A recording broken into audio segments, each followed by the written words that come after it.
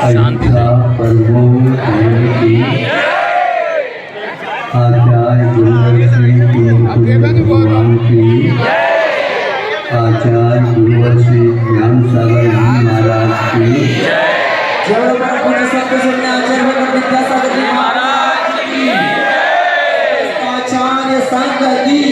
आप विजय का इस प्रकार न लगाए, बाहर जाकर के लगा। हाँ सुनो, यह तो आप लोगों को ज्ञात हो रहा है धीरे धीरे, किंतु वह पक्का होता जा रहा है। किंतु महाराज जहाँ पर सम्यक दर्शन को हम सोचना या पहचानना चाहते हैं अथवा प्राप्त करना चाहते हैं, वहाँ पर कोई हम लोगों के लिए समझाने वाला नहीं है। तो उस समय क्या होता है? बहुत अच्छा ये प्रश्न है। प्रश्न क्या? इसको जिज्ञासा बोलते हैं, जानने की इच्छा।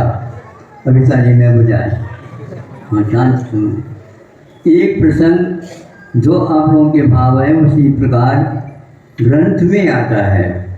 आधार से बोल रहा हूँ कि उपसम समदत्त से उपत्ति तत्व न खेपरी।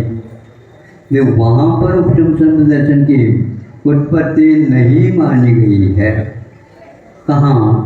ऊपर से तो कोई आकर के उन्हें संबोधित कर सकता है, लेकिन स्थानीय जिसको बोलना चाहिए नरकों में जो सम्यक दृष्टि रहते हैं और कोई भी किसी को कृपा करके उपकार की दृष्टि से हित हो, इसका भी कुछ बातें आगम की और धर्म की बातें उसके सामने रखना चाहे, सम्यक दृष्टि वहाँ के तो रख नहीं सकता, उन्होंने बंद कर दिया। क्यों? इसलिए नहीं परस्पर उपग्राहक भाव वहाँ पर नहीं बनता। यानी वहाँ पर लेन देन इस प्रकार नहीं चलती कि जिससे वह काम हो सके, क्योंकि पूर्व वैर संबंध। तो हेतु देते हैं पूर्व का वैर इसके साथ चल रहा है, इसलिए उसको धार्मिक बातें भी वह नहीं बता सकता। क्या सुन रहे आप? जो अनेक प्रकार के पाप करने वाला है वह व्यक्ति किसी भी प्रकार से धर्मोपदेश नहीं दे सकता। धर्मोपदेश का अर्थ है बाजार में बिकने वाले गाली क्या बोलते हैं आप लोग? हाँ, मूली गाजर वगैरह नहीं है, किंतु वह रत्नों से बढ़ करके है, रत्नों से बढ़कर है। एक मौलिक वस्तु की प्राप्ति की भूख हर एक व्यक्ति की नहीं हो सकती और हर एक व्यक्ति से वह कभी भी उसका व्यापार नहीं किया जा सकता। वह व्यक्ति उसको अन्य कार्य में ही ले लेगा उपयोग में, किंतु धार्मिक कार्य की दृष्टि से नहीं लगेगा। इस बात को सुनकर के एक बार चर्चा के दौरान गुरुजी ने कहा था, ये बहुत अच्छी बात कही है। जो व्यक्ति आज शास्त्र का प्रकाशन तो करता है, किंतु उसके माध्यम से पुनः उसको बेच करके उससे पैसा हुआ करके पुनः उसको चालू कर देना चाहता है। अरे दान आज भोजन किया तो आज दान दे दिया, कल के यदि आप कमाओगे तो उसमें से दान दो, इसी को दोगे तो आपका अर्थ भी सीमित हो जाएगा। वह एक प्रकार से काम करना बंद कर देगा, इसलिए कि आपने उसका उपयोग सही नहीं किया। सही का अर्थ दुपक्वाहार के समान। दुपक्वाहार कैसे है? एक बार जो भोजन बन गया, अब शाम के लिए लोग लालच के कारण उसको पुनः बघार आदि दे करके चुपड़ा करके उसको बिगाड़ करके, मैं तो यही समझता था बघार काट बिगाड़ देना है, भी वो बिगड़ ही जाता है। उसको आपने भले लगा, कुछ लोग बासी को भी इसी प्रकार उपयोग में लाते हैं, वहाँ एक प्रकार से चटक मटक की अपेक्षा से किया जाता है। वैसे वह निरोगता के लिए नहीं, उससे बीमारियां होती हैं। जो अति लोभ के साथ काम करता है उसका वित्त का उपयोग भी सही नहीं होता। और दूसरा ये है, उसी के साथ उन्होंने कहा उपकरणों के माध्यम से जो व्यक्ति अपना उदरण या निर्वाह आदि करता है वह ठीक नहीं माना जाता। उपकरण है तो शास्त्र भी उपकरण है, ये समझो। जैनी धर्मों में भी स्वाध्याय का क्रम होते हुए भी उसका उपकरण के रूप में उपयोग नहीं करना चाहिए। जो आज धीरे धीरे हम देख रहे हैं इसका उपयोग इस ढंग से होता जा रहा है, ये गुरु जी का और अन्य शास्त्र सम्मत ये बात है।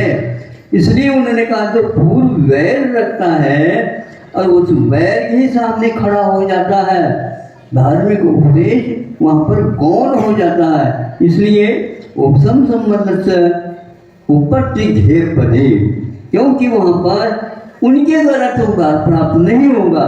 वहाँ स्थानीय जो पूर्व के नारकी हैं उनके द्वारा, किंतु देव लोग आकर के, सुन रहे हैं ना, हाँ, देव लोग आकर के जो इसकी हित की बात कह देते हैं। जैसा सीता का जीव 16 स्वर्ग से नीचे उतर करके आया, वह जीव सीता को नहीं कहो, क्योंकि हाँ तो वह आया जो प्रतीन्द्र के रूप में था।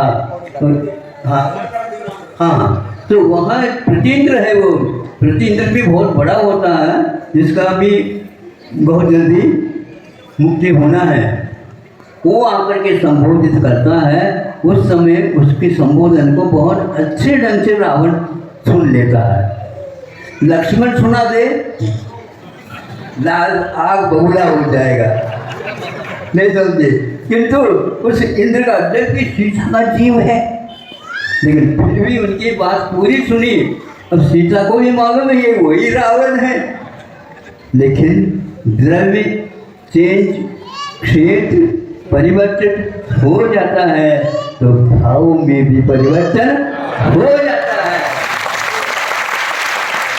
इसलिए कभी भी उन उपकरणों का उपयोग अधिक नहीं करना चाहिए, व्यापार उसका नहीं होता है, ये हम कहना चाह रहे हैं। ये समझे, धीरे धीरे व्यापार की ओर यह गाड़ियाँ जा रही है, वो ठीक नहीं है। हाँ, इसमें स्पर्धा भी होती है, इसमें चोरी के भाव भी आ जाते हैं, इसमें संग्रह वृत्ति भी हो जाती है, अनेक प्रकार के कालुष्य हो सकते हैं, होते हैं, पर उसका तो जनवाने का तो कोई मोल नहीं है। कीमत नहीं का अर्थ कुछ भी कीमत नहीं, कौड़ी के बराबर, ऐसा नहीं है।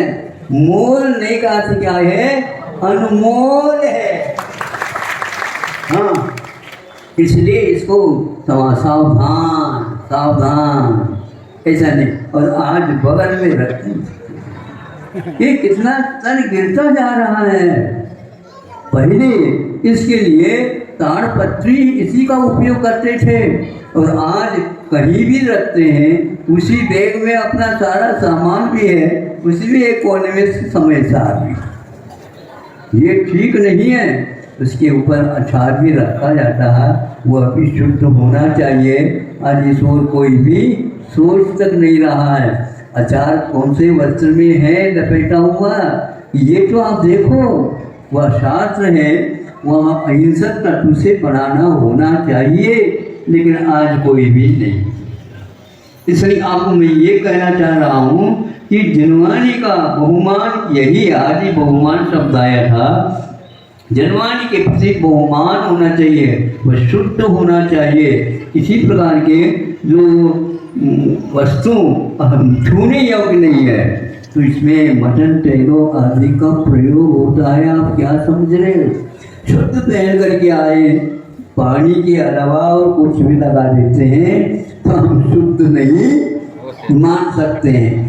पानी साफ सुथरा हो तो उसको तो छान करके हम उपयोग में ला रहे हैं। इसलिए सोचना है आपको। और पानी पीना है तो जलगारण जिसको बोलते हैं, उसके बिना कैसे? हाँ, उसको तो हम करते हैं, लेकिन करने के उपरांत वह वस्त्र कौन सा है ये देख लो। उस वस्त्र के द्वारा जल गारिश हो जाएगा तो वह उसका दोष उसके साथ मिलेगा। एक पाक्षिक श्रावक के बारे में उद्बोधन हो रहा है, चरस का पानी न पी ले। चरस का पानी अष्टपौड़ में आता है, टीका में आता है, चरस का पानी न पी ले। तो क्यों? इसलिए कि वह चमड़ी की चरस रहती, और चमड़ी की रस तो वह सूखी हुई चमड़ी है नहीं, उसमें स्पर्श भी हो गया तो उस संबंधी जीव हमेशा हमेशा तजाति निगोदस प्रति समय उसमें उत्पत्ति होती रहती है। इसलिए वह जल आपके सेवन करने में नहीं आना चाहिए। इस प्रकार सोच करके आप आहार पानी का उपयोग करते हो तो क्षेत्र का भी और संयोग जन्य भी दोषों से आप लोगों को दूर होना चाहिए। इतना ही नहीं, भगवान के ऊपर अभिषेक कर लिया तो प्रक्षालन होता है। किस कपड़े से होता बता? आज ही बिल्कुल लेकर के आए नया नया वस्त्र और धो धा करके लाए, कितने भी धो लो, उस मटन तेलों लगाना है जिसमें उसमें महीनों तक वह उत्पन्न होता ही रहेगा, इसमें कोई संदेह नहीं। और भी कई दोष उसमें लगते हैं। आप लोगों को सम्यक दर्शन का अर्थ ऐसा नहीं समझना चाहिए, हाँ ये ठीक है, अन्यत्र इस प्रकार थोड़ी होता तो नहीं, सुन तो सकते हैं, लेकिन उसको यदि रखना चाहिए सुरक्षा की दृष्टि से नहीं, शुद्धाशुद्धि का विवेक रखना चाहिए। ऐसा देनाचार्य ने कहा, उपकरणों का व्यवसायीकरण होना ठीक नहीं है। दूसरा, जब वह सम्यक दर्शन होना तो हो गया, उनका संबोधन हो गया जीव का, किंतु होने के उपरांत उस समय आंखें खुल जाती थी। क्या खुल जाती? रावण सोचता इन लोगों ने मेरे लिए हित की बातें बहुत बताई, लेकिन मैं अभिमान में ऐसा था कि मेरू पर्वत से भी ऊंचा हो गया था, सुना ही नहीं किसी का। मैं सब जानता हूँ, तुम लोगों को एक भी नीति नहीं आती होगी। मैं नीति शास्त्र का पारंगत हूँ, नीति शास्त्र लिख सकता हूँ, हाँ लिख तो सकते हैं, लेकिन नीति को आपने लख नहीं सके। लिखना और लखना अलग वस्तु होती है। तो वो कहता है कि मेरी गलती हो गई, उस समय नहीं समझ सका और आज ये नरकों में आया। उसको बांध करके ऊपर विमान के साथ ले जाने का प्रयत्न किया गया, कौन?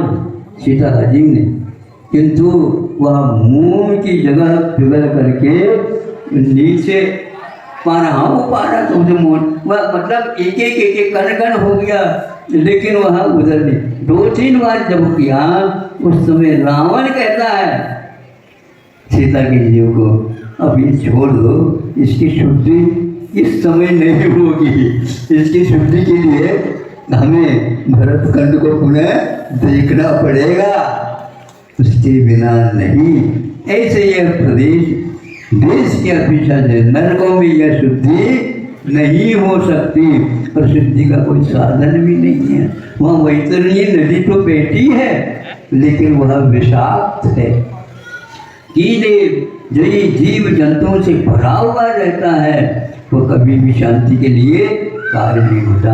अब आप ही देख लो रावण की दशा आदि की, इसको पढ़ करके अपने आप ही मस्तिष्क जो माथा काम करने लग जाता है। इसलिए जो व्यक्ति वर्तमान युग को निष्प्रयोजन मानता है, अब वह रावण के साथ कुछ दिन रह लेना चाहिए ताकि उनकी बुद्धि पलट जाए। हम तो यही चाहते हैं सबकी बुद्धि पलट जाए, लेकिन समय पर ही पलटेगी महाराज। निकासित कर बंद हो जाते हैं तो उनका काम नहीं होता। ऐसे ही स्वाध्यायशील बंधु हैं जो केवल कुंद साहित्य के अलावा कोई अध्यात्म ग्रंथ है ही नहीं, ऐसे मानने वाले हैं। शेष 3 अवयवों को वो अपना कोई साधन नहीं मानते।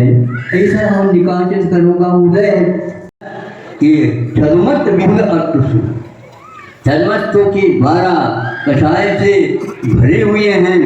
ऐसे व्यक्तियों के द्वारा जो कोई भी सूत्र मिला तो उसको सूत्र नहीं कहिए, उसके माध्यम से सम्यक दर्शन की प्राप्ति नहीं होती है। ऐसे आचार्यों का कथन को हमें हमेशा बहुमान की दृष्टि से देखना चाहिए। अहिंसा परमो धर्म।